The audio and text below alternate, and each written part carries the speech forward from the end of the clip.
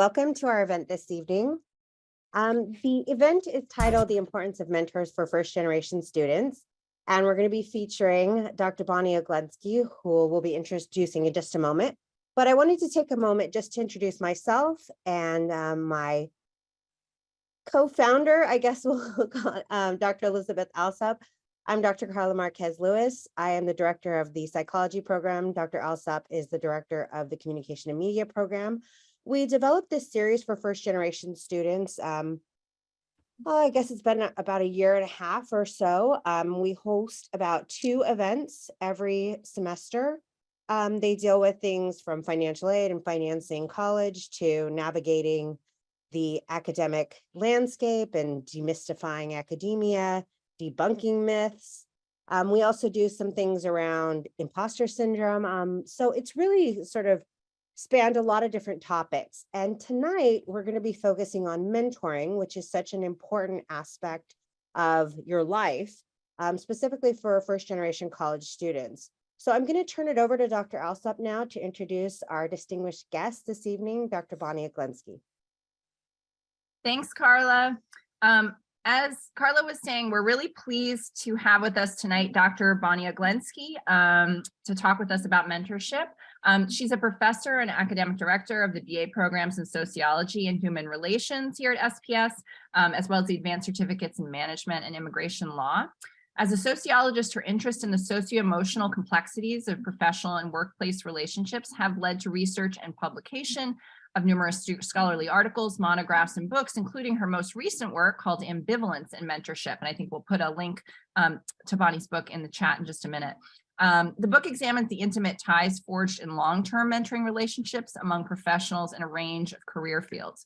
She's presented her research on mentorship widely in professional, student, and academic venues, and looks forward to the opportunity to share and hear from CUNY SPS students in her talk tonight. And on that note, you probably saw in the previous slide, you're welcome to submit questions using the Q&A function. You can also pop them in the chat, and I'll do the best I can to field them kind of if it's something that pertains to the discussion in progress, but we will mostly take Q&A or maybe entirely take Q&A at the end of the event.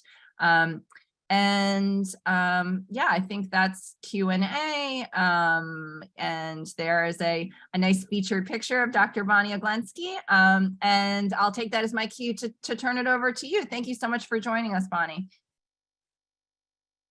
Thank you, Elizabeth and Carla. Hi, everybody. Let's go to the next slide. We can go off. Great. So I want to say hi to everybody. Thank you so much for attending this workshop, and thank you especially to Professor Marquez-Lewis, Professor Alsop for offering this most important series for first generation college students, and for inviting me to speak to you and share my thoughts about mentorship and the special mentoring issues that I think really come with the terrain for first generation college students. As folks have said, we're going to have a Q&A at the end of my talk. So jot down your questions either in the chat as we go or on some paper, and we'll look forward to discussing them after I give my presentation. So here's a brief overview of what we're going to cover tonight. I think we have to start with the question of why do we care about mentoring, and should we pay attention to it? And in order to do that, we first have to define what it is. So we're going to spend a little bit of time talking about what is mentoring and what is mentorship. To fill out the picture of what mentorship is, we're going to detail what mentors do. That is, what are the different kinds of things that they do, what kinds of assistance they provide. And those are things that we're going to unpack.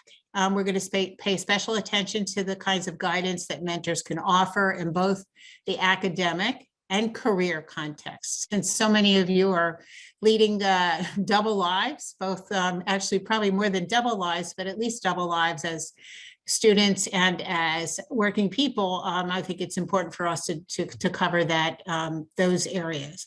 Then we're going to move on to trying to understand what some of the special needs are that mentors can help with for first generation students. And we're going to address some of the issues that are relevant for mentoring adults, which is different than mentoring children or younger people. So we'll talk a little bit about that. We'll talk about some of the challenges in mentoring relationships and how expectations and boundaries may or may not be aligned between mentors and proteges. And in that arena, we're going to drill down a little bit and talk about some of the interactional and the emotional and the interpersonal complexities of mentoring relationships. Things that we need to pay attention to as mentees and mentors to keep the relationship dynamics satisfying and realistic for both parties. And just before we go into the Q&A, at the end, we'll wrap up by looking at different configurations of mentoring relationships and where students can develop those connections, how CUNY SPS might help with that. So next, please. So what is a mentor? So a mentor is an individual with expertise who can develop the career and life choices of a mentee. The mentor guides, trains, advises, and promotes the career and life development of the mentee. So the mentor is essentially a guide, someone who provides information, access, training, who shows the mentee a path, who serves as a role model, who's a cheerleader. We'll talk about some of these specific areas in a bit, but a mentor is a person that you can rely on for assistance in moving you towards your goals and helping you grow and advance. And that's not just in the context of whether it be school, college, or your career, but in terms of growth in life and in your adult development. So I want to make a general comment here about the difference between mentoring and mentorship. And sometimes people glaze over when I talk about this, but I think it's really important, so I'm going to. And that is, you see how I have up on the top of this slide, it says, what is mentoring/mentorship? Well, I usually like to talk about mentorship because it signifies a relationship. Okay, so a mentorship indeed depends on the development of a relationship between two people. It could be more than two people, but let's for the moment say the mentee and the mentor. And that relationship, in that relationship, there's a bond that both helps that relationship grow and then grows out of that relationship. And that's really the centerpiece of mentorship as a very impactful relationship in your life. Now, in contrast, when we talk about mentoring, we talk about the activity that takes place in mentorship. So it's what mentors do. They provide mentoring behaviors. So it's kind of like saying, like, think about it this way, like the difference between having a friendship and having a person who is friendly towards you. Okay, the person who is friendly towards you is kind and polite and may help you cross the street if you're an older person or hold the door in the elevator. And those are friendly activities. Okay, so mentoring is a way of saying that the activities are really important. They are what adds up to a mentorship relationship, but the mentorship, like a friendship, revolves around the relationship. So just want you to hold those ideas in mind. And the thing that I really want to emphasize here is that neither is better than the other. Okay, so you're going to be able to get mentorship types of help and assistance from a range of people in your life. And that's really all very important. It's also just as important and can be just as rich to have a mentorship with a single individual or over time a series of individuals with whom you have a relationship that bonds and evolves those activities as part of the relationship. So we can move on now to the next slide. So what do mentors do? So customarily in the mentoring research, what mentors do are called functions. They're really what they carry out. And I'm going to talk about 3 different kinds of mentoring functions tonight. So the first I'm clustering as academic and career functions. The second are psychosocial functions, and the third are cultural functions. So, so what's important is to recognize that a mentor can be someone who helps you in one area and not the others. In other words, mentoring guidance can be limited, and that's okay. Usually relationships that are stronger between mentors and mentees have a combination of things that they carry out. I'm going to try to highlight the ones that I think are most likely to be relevant to you. That is mostly adult students, many of whom are attending both school and working full-time or part-time, and many of whom are also parents or involved in some way with family care. So we can move on to the next slide. So the academic and career functions. These cover the arena of helping the mentee learn the ropes and prepare for educational and career advancement. And there are 4 types that I'm going to talk about: coaching, providing challenging assignments, providing exposure and visibility, and providing protection. So we're going to think about these 4 different types of mentoring activity in terms both of academic and career or workplace applications. So the mentor who coaches is the one that shares understanding of important issues and players in the organization. He or she imparts informal knowledge of the organization and helps the mentee develop a broader perspective and enhances the ability to navigate in the organization. That could be a college or that could be your workplace, and passes on knowledge about the organization. So in the academic setting, let's say the professor who coaches, or some other person in your academic department, an alumni, another student, can give you the lowdown on how things operate at the college, tips on how to select classes, how to decide on majors or graduate degrees, how to find out about and access important resources at the college. These are folks who, this is a function or an activity that really helps you gain a footing in navigating the organization. In your workplace, the coach is the mentor who, maybe your supervisor, who gives you insight about the power structure, who has power over who to go to for certain kinds of perks, who to stay away from, how to get the most from one's organizational resources. Okay, so that's the coaching arena. In terms of challenging assignments, this is a function where the mentor assigns the mentee challenging work and supports the mentee in the training and the frustration tolerance to learn that work, to be able to have the patience of failing and getting back up and being able to master new skills. Okay, so in the academic setting, of course, you have the professor or other person at the college. Let's say it's a student leader, for example, who offers you opportunities to acquire new skills. Let's say lead a student club, how to run a meeting, how to write a grad school essay, or you work with on a research project with a professor. This is the aspect of mentoring that helps the mentee with the patience, like I said, to work through the frustrations of learning new skills. In the job, challenging assignments, obvious. Your supervisor or another more experienced person at your organization helps you, gives you opportunities to collaborate on some project, or help you learn new technical skills. Okay, so this is the part where the mentor may be involved with you in giving you challenging assignments in order to develop new skills. The third area is where the mentor is providing exposure and visibility. This is the mentor who will give the student, let's say, or the junior colleague in the organization responsibilities that allow for the development of relationships with key people in the organization, puts you in front so that you are become more visible to the powers that be, so to speak. Okay, so increases your visibility, brings you into, lets you become more exposed to the dynamics of what's happening at the top, so to speak. Increases your reputation by giving you that visibility. You become known.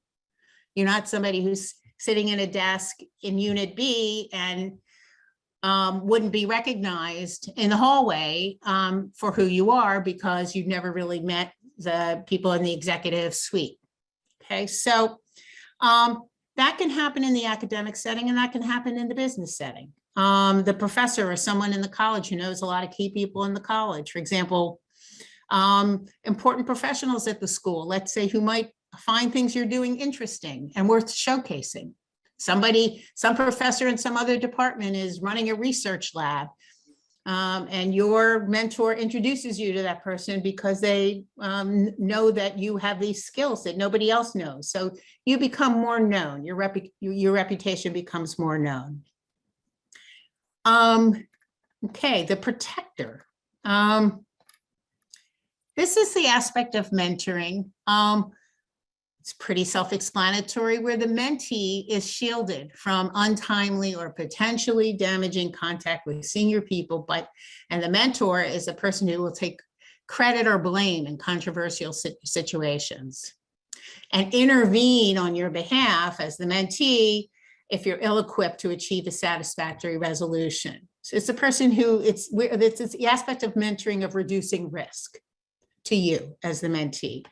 So in academia, you might think that this might be more difficult to come up with an example, but let's say you find yourself in a struggle with someone in the bursar's office, or in a particular office of the unit of the college, or you're running late and getting in your scholarship application.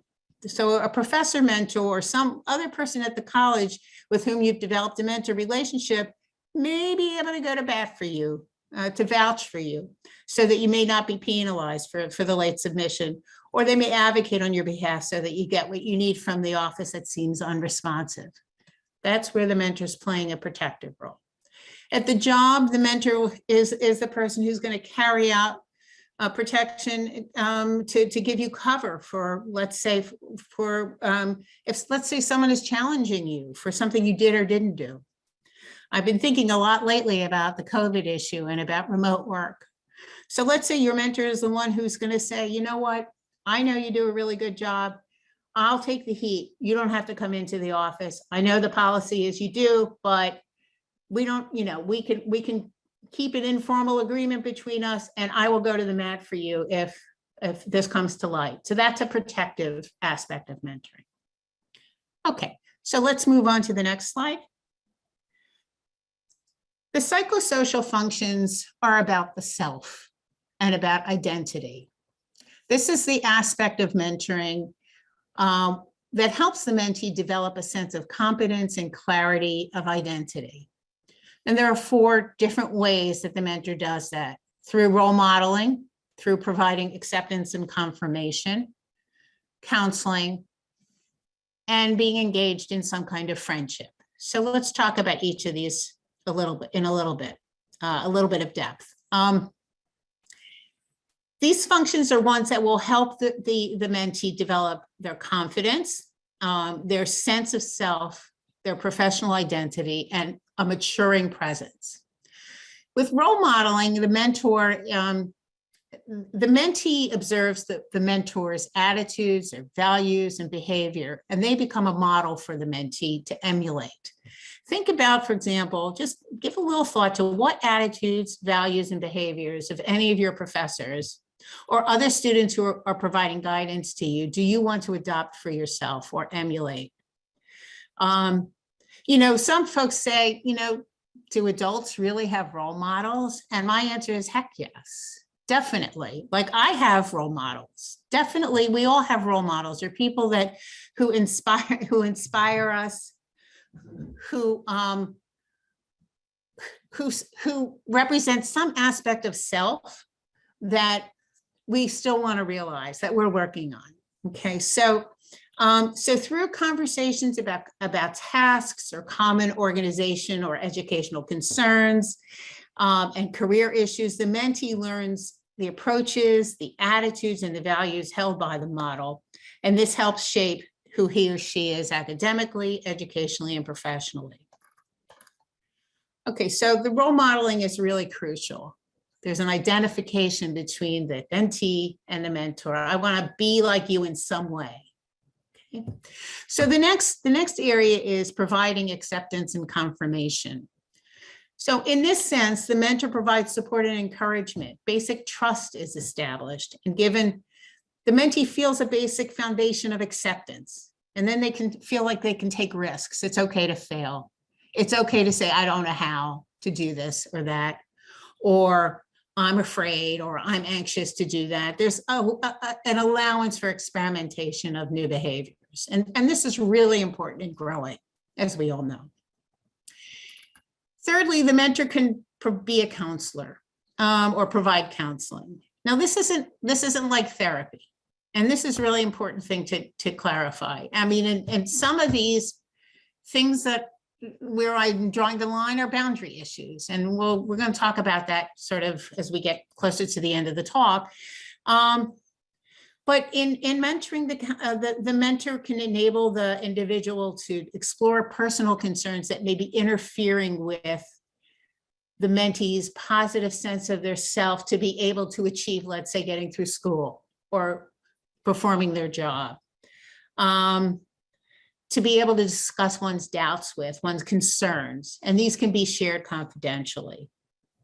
Or let's say the mentor is also somebody who can provide advice and maybe even role modeling about how to balance work and other responsibilities. Like, how do they do that? What are some of the nuts and bolts? What are some of the practical things that they apply to be able to manage dual roles or triple roles?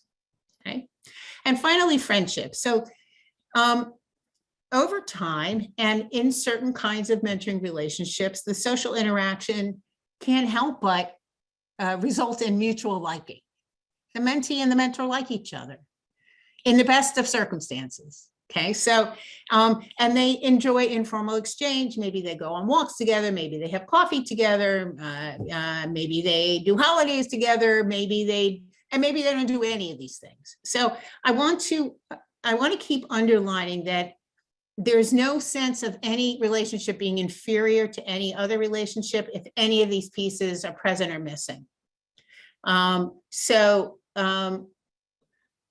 Most mentoring relationships, most short-term mentoring relationships are friendly, but they're not friendships. Okay. There's mutual regard, there's liking of each other, but there may not be sharing of depth information about one's personal life. That's all perfectly acceptable and reasonable and common within mentoring relationships. So let's move on to the next slide. Okay, so this last piece of what mentors do for protege, I always use the word proteges, mentees. Mentee, by the way, is a made-up word. There's no such thing, but I use it because everybody else does. Okay, so, and actually menting is not a thing. Mentor was the name of the character in the Odyssey, was the name of a person. It was a proper name. It's not menting. I mean, it's not a good word. Yeah, menting, right. It's not a word, but anyway, but I'm going to use it though, because everybody does. And it's just easier right now to get into the discussion about why it's not appropriate. Okay. Anyway, so cultural functions. So I've added this because we're talking about first generation students. And when I think about first generation college students, I think about a two worlds phenomena. That is,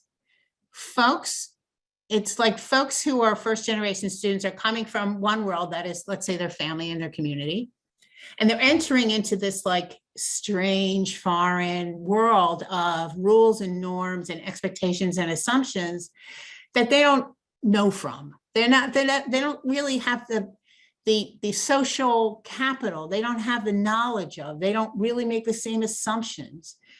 So there's this kind of like visiting a new planet kind of phenomena that goes on with first generation students. And this is a really important aspect of mentoring because in the mentoring relationship, to the extent that this is something that is laid out on the table, and I think it should be, the mentor will help the mentee make sense of and feel comfortable moving into this new world of experience, this new world of expectation, of norms, of codes, of values, of ambitions, and of dreams. New ways of being and interacting and thinking that can feel strange, like I said, or even alien to first generation students. While processing some of that, well, being able to acknowledge and process some of the contradictions that these ways of being pose to where students are coming from. For example, the idea of being able to speak up freely in a classroom to professors about one's views or opinions. It contradicts norms that they have at home or in their community, that one doesn't speak up or in a contrary way to someone with authority. It's like a new kind of expectation or permission that first generation students may not have. Or when folks at college are asking or talking about education, let's say, or career ladders, or anticipating summer internships or other experiences that are new to first generation college students, they may feel daunted, like an outsider looking at a new land or a new culture. They may not necessarily have the mindset to even imagine that they have the luxury of planning for the next steps for themselves. So what we're going to do now, we're going to view a video for a couple of minutes of first generation students talking about their experiences. And then on the other side, we're going to come back and talk about what some of these issues are and how they translate into mentoring.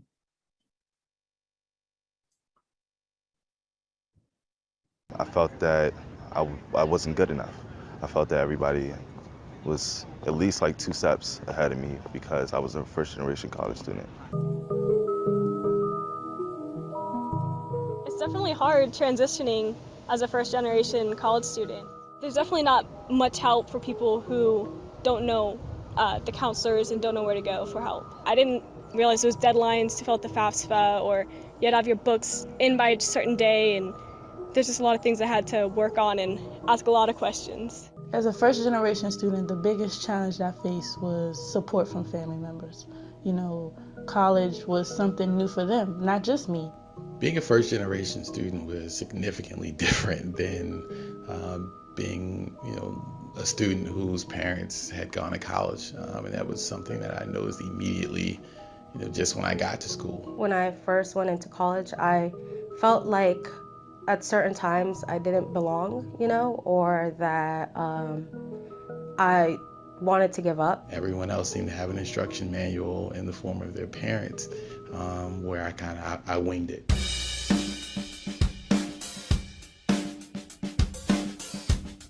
When I got my acceptance letter from Georgetown University, I also got a letter saying that I had an opportunity to participate in a pre-orientation program.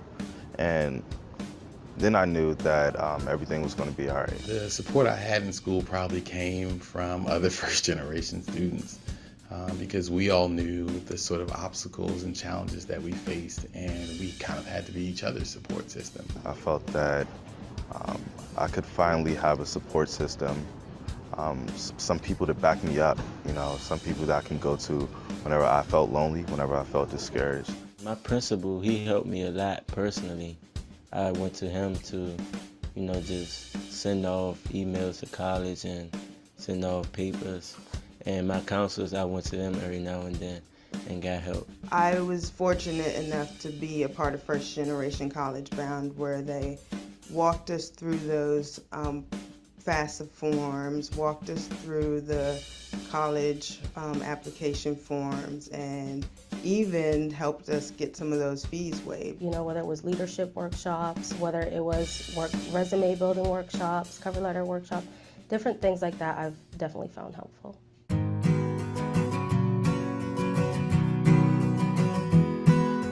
So when my transition from high school to Nova here, it was overwhelming. That's why I entered into the peer mentoring program. I wanted to be a peer mentor because I wanted to be able to help, and because as a first generation student, there's other first generation students that come into Nova a lot, and I feel I can share my experiences and help them learn what they need to do to be successful in college.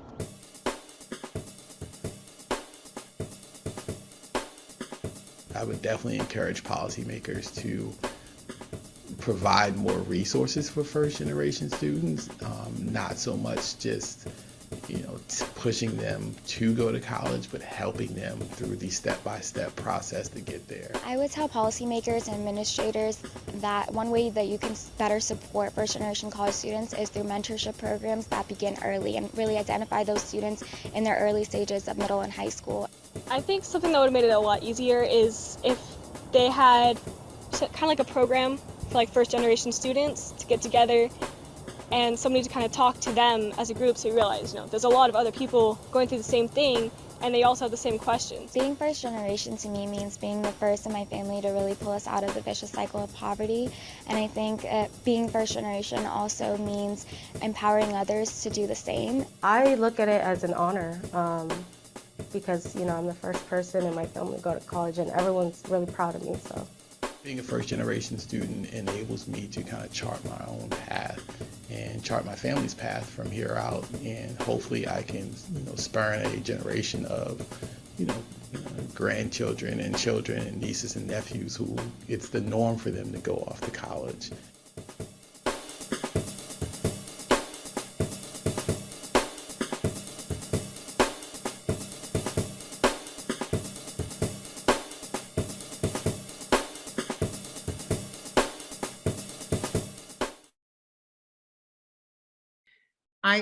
I'm very inspired by this short video to just get a smattering of the kinds of issues that first generation college students are facing in all different kinds of situations. There's some graduate students in there, there's some community college students, and they range tremendously. But so, what kinds of issues for first generation students were raised in the video? So just think about that a little bit. And, perhaps just write a few of these issues that you spotted down in the chat. We'll be talking about them in some depth, but some of the things that jumped out at me, the person who, well, first of all, several people talk about the FAFSA. Now the FAFSA form, I think everybody has trouble with, but who couldn't use the help in being able to understand how to fill out some of these forms? But the feeling of not being good enough. And I think, Carla talked about that at the very beginning, in letting me know that you have talked about the imposter syndrome. So we'll talk about that a little bit. The feeling of not belonging, this is not my place. The kind of the sense of pride and also maybe the burden of being the first in the family, and the sense of responsibility of, okay, so now I'm getting a college education.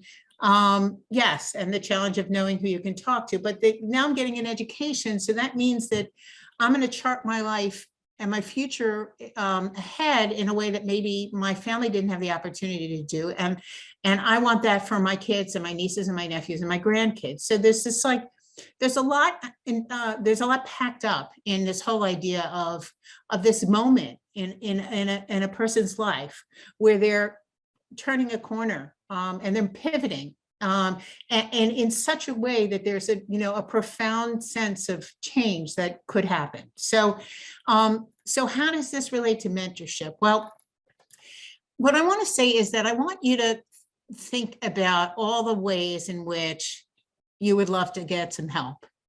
Because the idea of going up to somebody and saying, would you be my mentor, will ring hollow, will not necessarily get you what you want.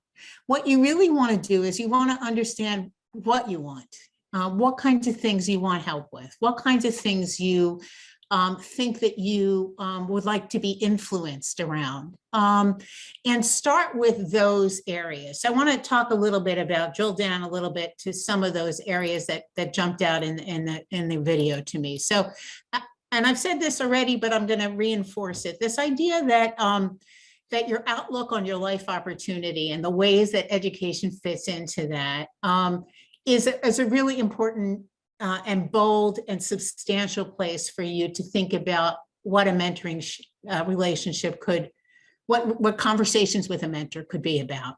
So being first generation, you may not have had experiences growing up to help you guide your expectations about the way that your college or career not only will shape your future, but also to realize about your choice, that you have choices. So what options might you have for your education? Majors, minors, tracks. What are your options for education that can help you decide on career goals? What are your options for education that can help you advance towards those career goals? How can you find out about other resources and perks at the college and ask about them. So those are all kinds of, they're very concrete things, but those can start you in a kind of a conversation with somebody, with a professor, with somebody, with your advisor in the advisement office, to move into some of what your background is, some of the things that you are interested in developing. Also could move you into conversations about the psychological challenges that first generation students often face, one of which is guilt. So what do we mean by that? First generation students often experience guilt over leaving. They feel like they're leaving their families. They feel bad that they have an opportunity, some that other family members didn't have. Or that somehow by getting an education, they're rejecting their past and their community. So there's like an internal conflict. Some first generation students will feel a sense of shame, that is, or embarrassed, that we're without long traditions of families before them going to college, it's understandable that they would feel like an imposter, like they must be faking it to be able to be in this such a different situation. And this unfortunately makes it harder for them to fit in with peers. So it can be self-fulfilling, in other words. So they may feel the sense that they're an imposter, and then that can make it harder to establish good peer relationships. The confusion that they also feel just about the whole system and how it works. I was really struck in the film by the gal who talked about not knowing that she was supposed to buy her books at the beginning of the semester. Like, this is something that if you've had other family members who went to college before you or a sibling, you know that. But these are the things that you don't know when you don't have the experience going into this. So some of them are quite practical. And then finally, another area of special issues for first generation students that relate to mentoring have to do with networks and social and cultural capital. What do I mean by that? Yes, the hidden curriculum. So you don't have family that went to college. They often don't have access to the same people that people who did, whose family did go to college. The who you know to help you land jobs and internships, or certain kinds of references or introductions. So that's known as social and cultural capital. It's not just money that gets you ahead. It's really this kind of this understanding of how all this works, to be able to know people, to get introductions, to be able to get references, to be able to visit, and do shadow interviews, et cetera. All of that stuff is part of what first generation students may not have had access to or understandings of prior to coming into the college scene. And so those are things that a mentor could definitely be helpful with. So ready to go on to the next one? Okay, so just want to kind of tick off some of these special issues for adult students in mentoring. And this really has to do with what your learning needs are, how you learn as adults. Okay, children learn differently, teenagers learn differently than adults do. So adults like control of their learning. They want immediate utility. They want to be able to apply what they're learning. They want to be able to focus on issues that concern them and kind of weed out the noise. They expect to see results, performance improvement. They want to be able to maximize everything that's available. They want to work collaboratively with a mentor in terms of what they try to learn. And they want to rely on information that's appropriate and developmentally paced. And for this one, I like to give the example of, I'm near my retirement, right? So I care about my legacy. I care about what I'm leaving behind. Okay. So if I'm working with a mentor, I want to be discussing these kinds of issues, like what will be a meaningful influence or impact that I can leave in my college. That's going to be really different than what I want to do at the beginning of my career, right? So this is what we mean by developmentally paced. It's appropriate to where I'm at in my career. Okay. So let's move on to the next one. Okay, so Who am I considering adults? Is this the same approach for third or fourth year students? Good question. I don't have a hard and fast definition of adulthood, but normally we think of somebody over 21, could be 18. We have some very matured young adults at 18. And so if you're third or fourth year at school, kind of depends on, you could have enormous life responsibilities and have matured into adulthood way before your chronological age. So, so keep in mind some of that, and also keep in mind the extent to which you are saddled with adult responsibilities.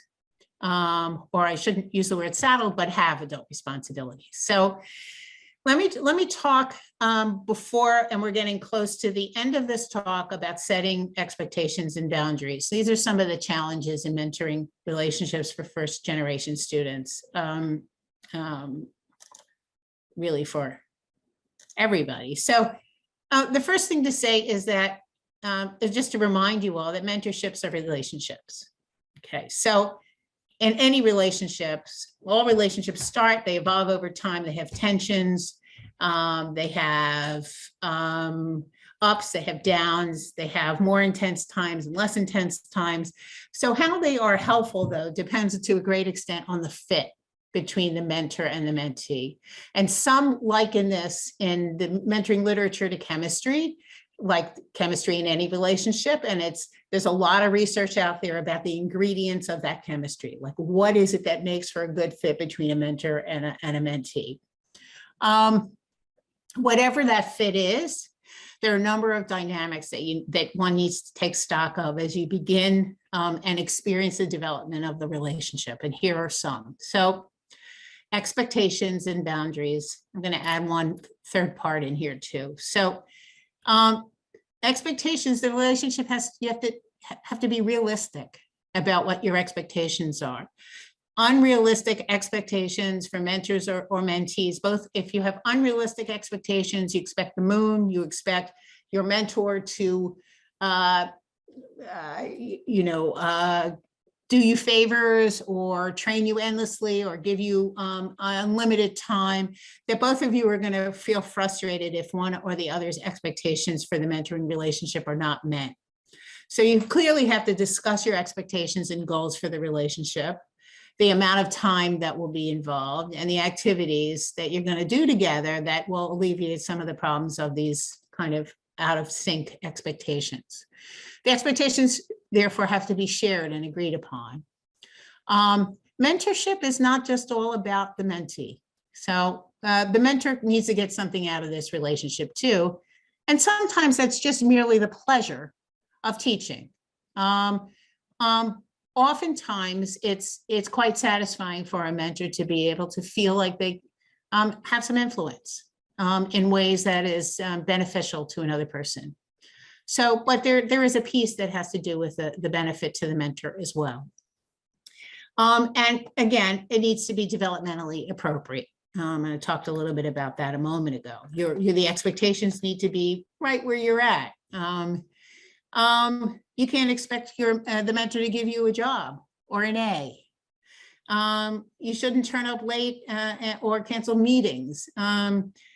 You shouldn't present an unrealistic picture of yourself to the mentor. Try to be real about who you are.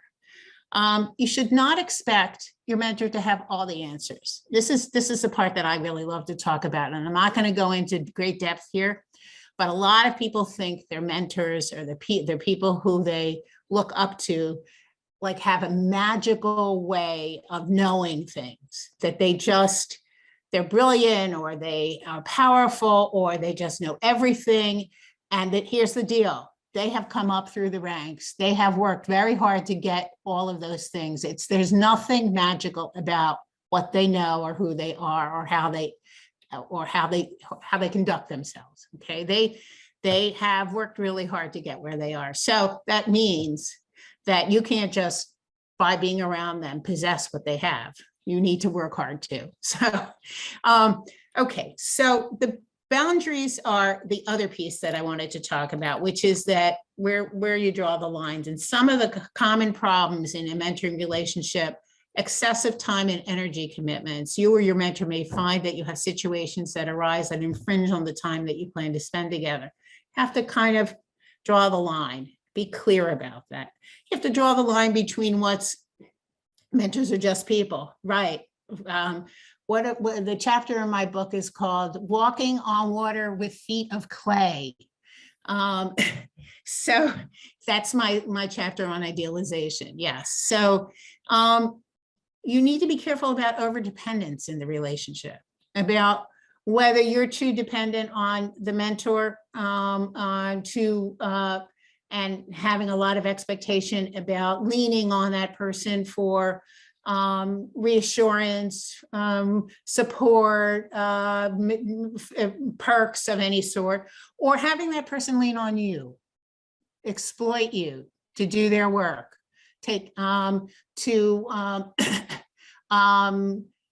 lean on you for compliments or excessive praise because they somehow have an ego need for you to look up to them. So there's a lot of really important aspects of mentorship that you need to be aware of, and you need to acknowledge when a relationship is crossing a line, and to be very respectful about that process.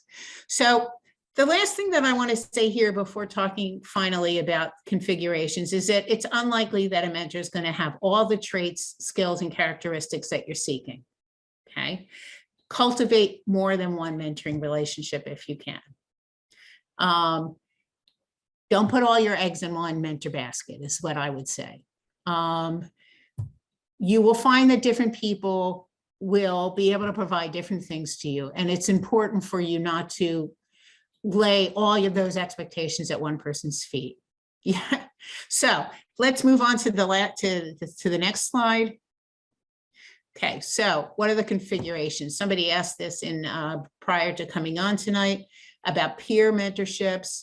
Well, within the college, you can have one-on-one relationships with a professor, with an alumni, with a college alum, with somebody in the advisement office, with a buddy who's a senior student in your program. I love the idea of buddies. And that would be also considered peer mentoring. Or you could develop a mentorship with somebody in one of the student clubs or associations. You can also find mentors at your workplace, in professional networks, and in mentoring programs in professional associations. So there's lots of possibilities of how to find mentors and the kind of configurations, and they're very different from each other. A peer mentorship is obviously very different from a mentorship with somebody who is, has more authority or is senior to you somehow or is older than you. I mean, all of these impact the relationship as well. So let's move on to the last slide then. Here are some mentorship supports that we have at CUNY SBS. We have a variety of student clubs. We have an Urban Male Scholar initiative that has a mentoring program in it. We have the ACE peer mentoring program, and CUNY has the Black Male Initiative. And these are just some examples of different programs through which there are mentoring initiatives that are sort of more expansive than just one-on-one informal kinds of mentoring relationships. So with that, I applaud you for listening to me, and I'm happy that you're all, I hope you're all still there, and I'm happy to take your questions. So how do we want to do this, Carla and Elizabeth? Well, Bonnie, we thought we'd start with some of the great pre-submitted questions we got, and then we can open it up to folks. So as you're listening, feel free again to submit any questions now. You don't have to have pre-submitted them. Please feel free to pop them in the chat. But we did get some great questions, a couple of which I think have been answered already.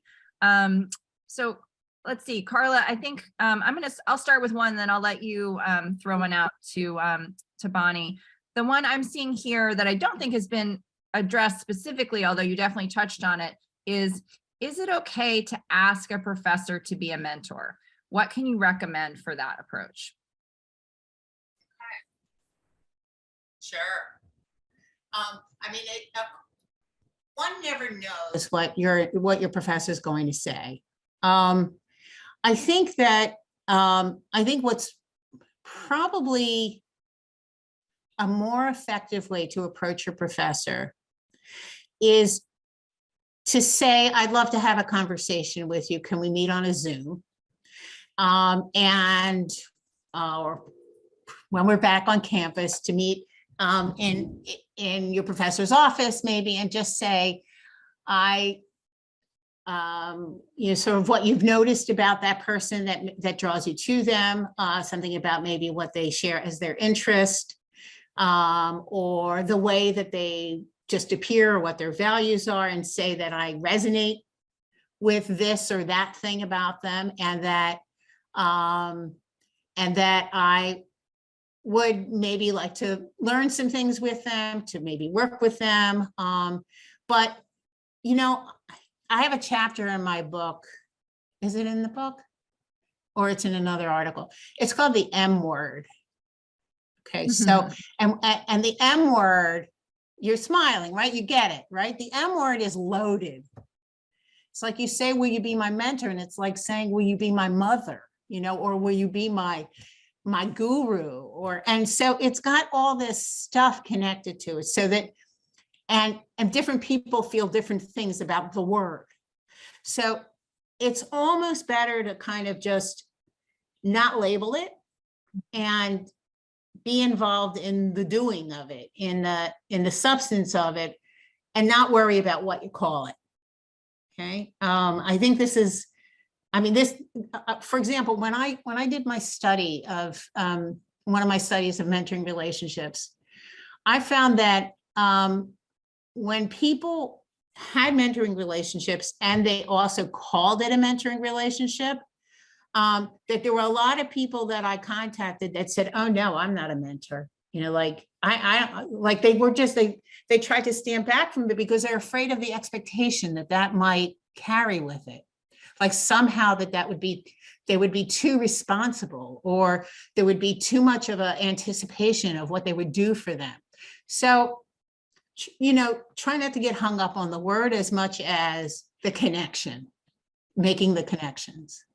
Well, and Bonnie, that's such a great point, because I think I personally have definitely been, I think, on both ends of that, both sort of hung up on the word from the point of view of the aspirational mentee, and also the person reluctant to take on the burdens I associated with mentorship. But one thing I just wanted to add to that is that, something as simple as just going to student hours or office hours is a great kind of baby step towards mentorship, right? Because you're starting to have conversations that may sort of deviate from just the course material. You're getting to know each other. You're kind of feeling out whether this is a relationship that feels maybe reciprocally beneficial and interesting. And then you have conversations about grad school and career aspirations, and it can develop very organically. So it's kind of like a nice low stakes way to kind of, I think, as you're saying, kind of just move towards it without necessarily having the official, will you be my mentor? Right. Do it without naming it. Exactly. Yeah. Exactly. Yeah. Mhm. Carla, do you want to? Yeah. So Bonnie, here's a great question that was submitted. And I think, you've woven this through your talk, but maybe if we just kind of like put it in a nice condensed sort of form, what are the qualities that a mentee should be identifying in a mentor? Like what are the good qualities to be looking for? What makes a good mentor? That's a great question. I think a great mentor is somebody who exudes respect. I think that's first and foremost. Somebody who is interested in the growth of people and not interested in creating a mini them. That their interest in the mentoring is generous, that they want, and generative, that they want to. And there are different models of mentoring. Like, so one thing you could say is like, do you want your brain surgeon to have their guide be a mentor who they get counseling from, or who they get specific training on skills and they don't care about the counseling? Well, so depending on what it is that you want, you can have a mentor who says, this is what you need to do, and you must do this exactly like this, okay? Or this is what I have to offer. This is my path. Take from my path what you will and generate your own. Okay, so that so more often than not, our students are going to want a mentor who's going to provide some structure and some ideas and suggestions and concrete recommendations, but also allow the mentee to flourish in their own terms using that advice, or rejecting the advice, but having that be available as guidance and advice, and not requiring that they are with their own investment, that the protege looks just like the mentee looks just like them, or does things just like they do. So I think they're really key, and I think you need to find somebody who's available, somebody who has those first two qualities, but is not going to be reliable or available to meet with you or talk with you. It's not going to work. You're just going to be frustrated. It's pointless. Yeah, that's an important point, Bonnie, because so the practical piece of it matters, right? If they're not, as you said, if it's not going to work, it doesn't matter how great they are. Mm-hmm. This is a kind of like a quadruple barreled question. So I'm going to read it out. I think that parts of it we've addressed, maybe parts of it we haven't so much, but it speaks to this question of kind of the arc of someone's career and mentorship across that. So this person writes, how do you find mentors as you continue to grow? How do you effectively mentor others and find mentees? And what does a mentor gain from a mentee? So I think there's a couple of different pieces to that. So feel free to maybe take any of those or all of them. I would say that, I mean, some of the suggestions that we've talked about organically developing a relationship with a mentor, I think are terrific. I mean, a lot of people develop mentoring relationships at work, and they do it with people who are their supervisors. And that's complicated because they also are judged and have their livelihood dependent on this person who then is their mentor. So, so watch out for that. You may develop a relationship with the supervisor of the people in the next unit, and that's just fine and dandy. Usually these they do grow out of relationships that you have with people already. And I've interviewed many people who have been in supervisory relationships and had long-term mentoring relationships with their supervisors, and they've been complicated but successful also. But I think that the question about what the mentors get from the relationship is really very key, and I think that there are a lot of benefits to mentors in a relationship. Having a mentee is, it's a feather in your cap. It's like saying, I know there's some graduate school that, look at all the students who want to work with me on on their dissertation. So I must be, terrific. So it's a bit of an ego boost to have people who want to work with you. So from an ego perspective, and that's good, actually. So, I mean, we want people to feel some ego, some good ego, just not exploit it. We want them to feel good about themselves. It also helps people feel like they refresh their own careers. They have a way of feeling invigorated by kind of traveling through the course that they went through to grow up in a career, and to pass that on. I think, mentors also want to pass on what they know. They want to give back. There's a very altruistic sense of being a mentor, of wanting to make a mark. They want to gain power in their organizations. There's no better way of gaining power in your organization than developing a cadre of mentees who can dot your little network so that you have your I don't mean to be sarcastic about this, but you have followers and you have people who find you interesting and find you important. And that's important if you're in mid-career right now and you're thinking about this as a, one of our students and as a supervisor, it's a good idea. It's strategic good idea to think about teaching your junior colleagues.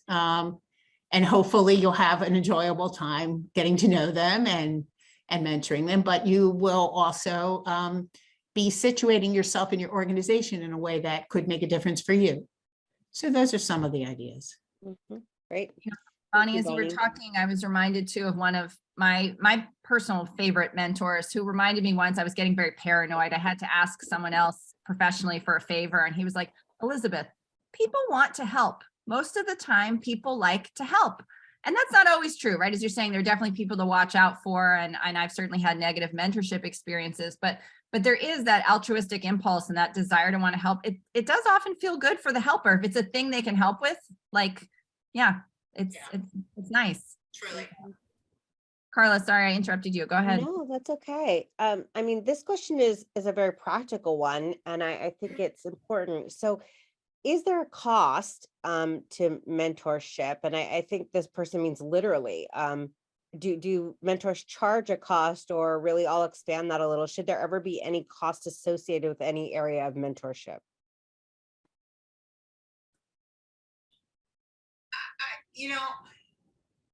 I suppose there are mentors who would charge money. Oh, you actually, all right, this is a digression, but it's too funny not to tell you about.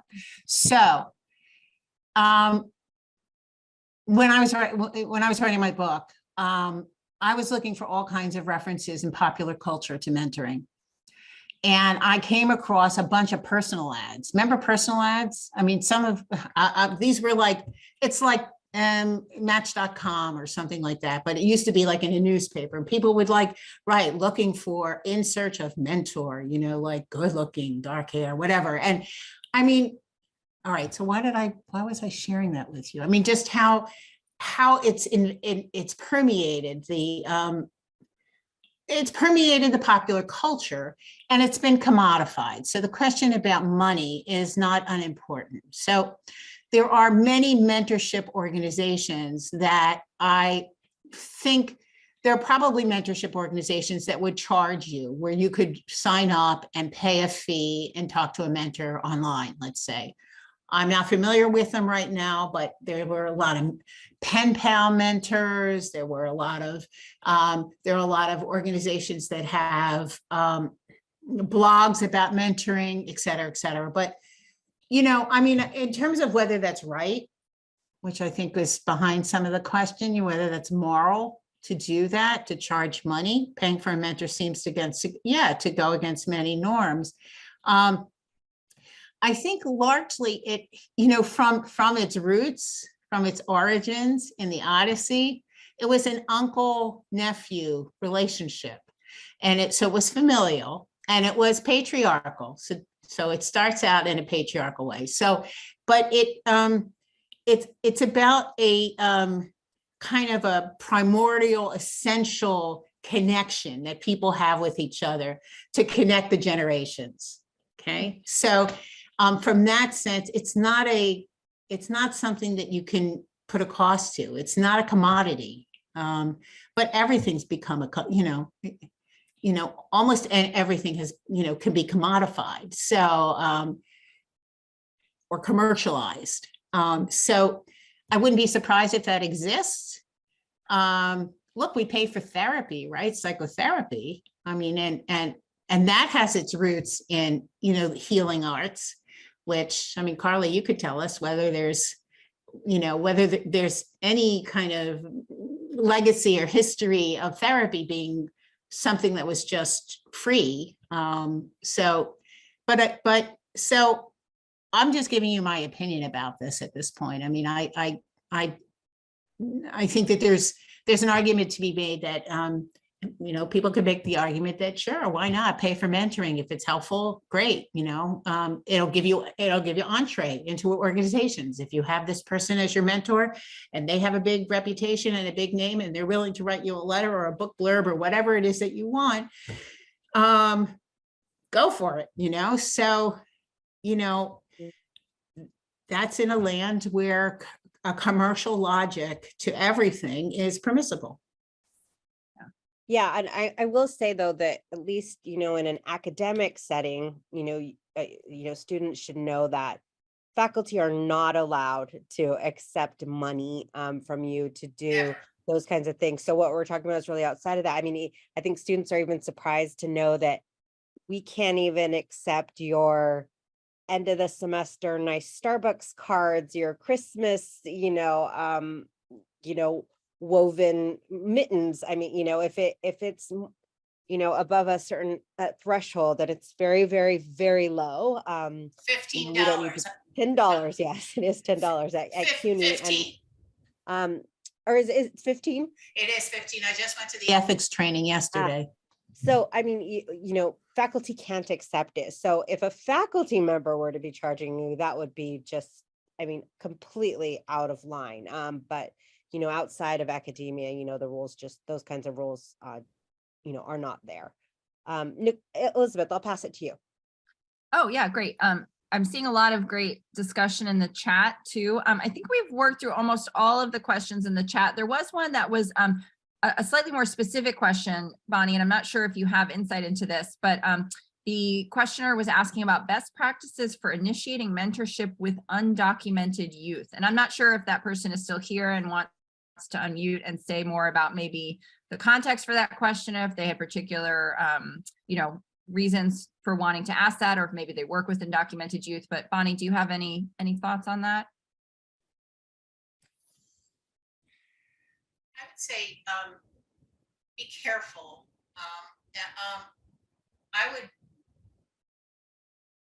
My suggestion would be about going through an organization that works with undocumented immigrants, like Citizenship Now at CUNY.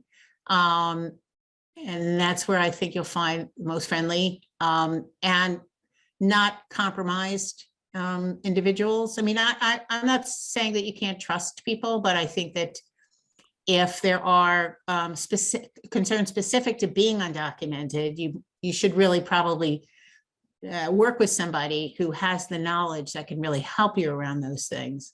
And by the way, another video I just wanted to say that I had watched in preparing for this talk was about a program at one of the University of California campuses of faculty members who are first generation college students mentoring first generation college students. And I thought that was really cool. So talking to, working with people, it's not necessarily the case that you have to work with somebody who looks like you or comes from your same group. And there are issues. There's a kind of cross-cultural thing that can go on in mentoring where you're working with somebody who just has no idea what the first generation student experience is like. And they assume that you are like every other student in terms of your background, and you have stereotypes about them, they have stereotypes about you. So that's all grist for the mill. It's all stuff to talk about. Mm-hmm. So here's a great question. How do you convince first generation students to look for or take advantage of college-based mentoring opportunities? Sometimes students don't know the importance of mentoring and may not think that they have the time to explore mentoring relationships or not take advantage of most of them. That's a tough one because I think time is so precious. Mm-hmm. So by the same token, education is a gift that you're giving to yourselves. That's my feeling. And that you're taking the time to invest in yourself through education. So it's kind of like that if you, you need to be convinced that it's going to get you something, right? Which is what I talked about in the ways adults learn. They want performance improvement, so what am I going to get and when am I going to see the results? can't always be predicted in mentoring relationships, and it doesn't always happen quickly. And it isn't on command. So it is really, it's something that sort of lives outside of the logic of, I'm going to be here for 2 years and then I'm getting my degree and I'm moving on, so there, it really has more of the logic of something that is more fluid, unless it's through a program or it's very specific. If you're in a mentoring relationship and you've made an agreement with somebody who is going to just help you with working on applications for graduate school, and that's the piece that they're working with you, then your product is going to be a great application and a great essay and hopefully an entrance to graduate school. And then you've got your performance improvement realized. I think that's, yeah. I wanted to also just bring that back to I think a comment that Anupam dropped in the chat a little earlier about kind of just expanding your network of relationships very organically as you move through, I think, whatever professional or academic spaces you're in. And it's, not that you're, doing that with, clearly, I think she's suggesting doing that with an eye towards mentorship. But I mean, I think it's advantageous in any number of ways. You don't know which relationships might sort of flourish or develop into a longer term mentoring relationship. So I think that's a nice way of thinking about it too. There's a sociologist named Mark Renovetter who wrote a really, really important article called "The Strength of Weak Ties" in the 60s. Yes, that's what I think you're referring to. And recently there was a recent study which bore out the findings, which is the idea that, I mean, and this sort of goes against everything that I believe in with mentoring, but I have to accept it, that there's a way in which having a lot of connections with people who you don't have deep relationships with, but you have maybe just, light relationships with, is more likely to put you in touch with more other people who could be more helpful to you than putting all of your eggs in the one mentor basket idea. My argument against that is the idea that sometimes that one mentor that you have will go to the ends of the earth for you, and really will, and really is going to put you, position you well in your future. And that won't happen with somebody with whom you have just a kind of a superficial relationship with. So, but I think it makes more sense to have more people to dot your network with than it does to go for one long-term mentoring relationship.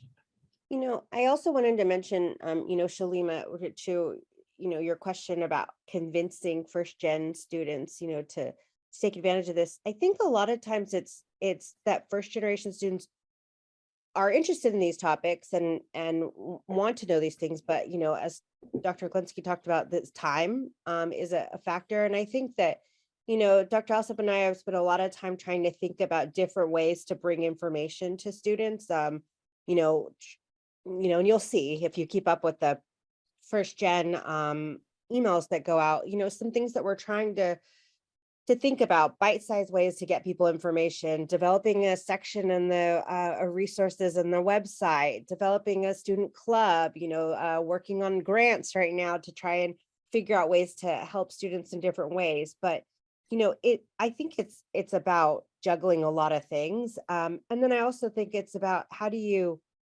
find people that sometimes can't be found, right? So first gen students are often busy, just like all of our students, and sometimes don't know that they might want to know some of the information. As a first generation student, I always used to say, I don't know what I don't know, right? So that was always a problem. People would ask me, well, what do you think you want help with? And I would say, well, I don't know, because I don't know what I'm supposed to know. So what we're trying to do, I think, with this series is trying to say, here are some things that you might want to know, right? As first gen students, or past first gen students, or what we've heard from other first gen students, and we've done panel discussions with other students, is just different ways to bring you information and say, hey, you may not have thought about this, but this might be something that you want to know. And now we have to figure out how to package it in a way that you're not taking up too much of your time to learn about this. So we're always trying to figure out new ways, but we hope that this series is part of it, and bringing people like Dr. Oglensky to talk about mentorship, or bringing our financial aid office to talk about that crazy FAFSA, or trying to explain to people what a bursar is, right? Which, you know, is not something that is a natural thing that you encounter in the regular world, are ways that, you know, we hope that students will say, oh, this is kind of interesting and maybe important, and I should try and figure it out. But I do think we need to figure out a better job of bringing that information to students and making them see why it's important. Yeah, I mean, I think we're constantly iterating and trying new things and offering things at different times. But as always, you know, do email us. We'll put our email address up on the slides in a minute, with any ideas for programming or for more effective, kind of delivery methods. But I think, just to Carla's point, you know, we're trying to name things so that you do know what you don't know, and you can hopefully ask questions and sort of chase down the answers and find the people that might be able to help you once you're aware that this is a thing, right? So having, you know, kind of, at least I think, maybe just skim the surface of mentoring. We put the link to Dr. Oglensky's book in the chat and some of the other references that we've made during the conversation. But please do feel free to reach out to us with any questions that we didn't get to tonight. And of course, I'm sure Dr. Oglensky would be happy to hear from anyone too. And I'm speaking for you, Bonnie, but I'm imagining you're always excited to talk about mentoring. Yeah. There is one last question we didn't get to, that's Liana's. I know we're kind of out of time, but it is a really good question to end on. So I'll just let you know, if we have time, to quick answer, which is, how does one productively transition sort of out of a mentor role, like end a mentorship relationship or change the relationship? I love this question. So I don't know if you have I do too. I mean, and the short kind of impish response is that I didn't study ended relationships. I only studied relationships that continued. But I've talked to a lot of people who, I mean, sometimes relationships end poorly, but I don't think that's what Liana's asking about. She's talking about what happens when you outgrow one, when you're ready to move on. And I think that it depends on the nature of the relationship. I mean, if you have a healthy dialogue and interaction with the person that is working with you, and if you have some clear expectations about what it is that you hope to get out of the relationship, you can profoundly thank the person that's been helping you and say that you want to give it a try on your own, and that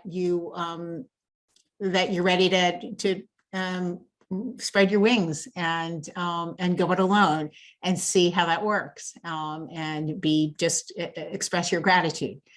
So that's the most kind way of making that transition. And hopefully it's the one that's the most honest. Well, that seems like a wonderful, very gracious note to end on. So please join me in thanking Dr. Oglensky for her amazing insights on this topic. We will be sharing the recording with all the participants afterwards. And I think if there's one more slide, I think our email address might be here, or it may not be, but that's okay. You're welcome to reach out to us at the First Gen email address, which you can find, I think, by Googling. I don't have it in front of me, sorry. But we're really glad that you could all join us this evening. And again, thank you so much to Dr. Oglensky for taking the time. And thanks to all of you for being here. Thank you, everybody, for being here. I appreciate it. Okay, have a great night. Bye.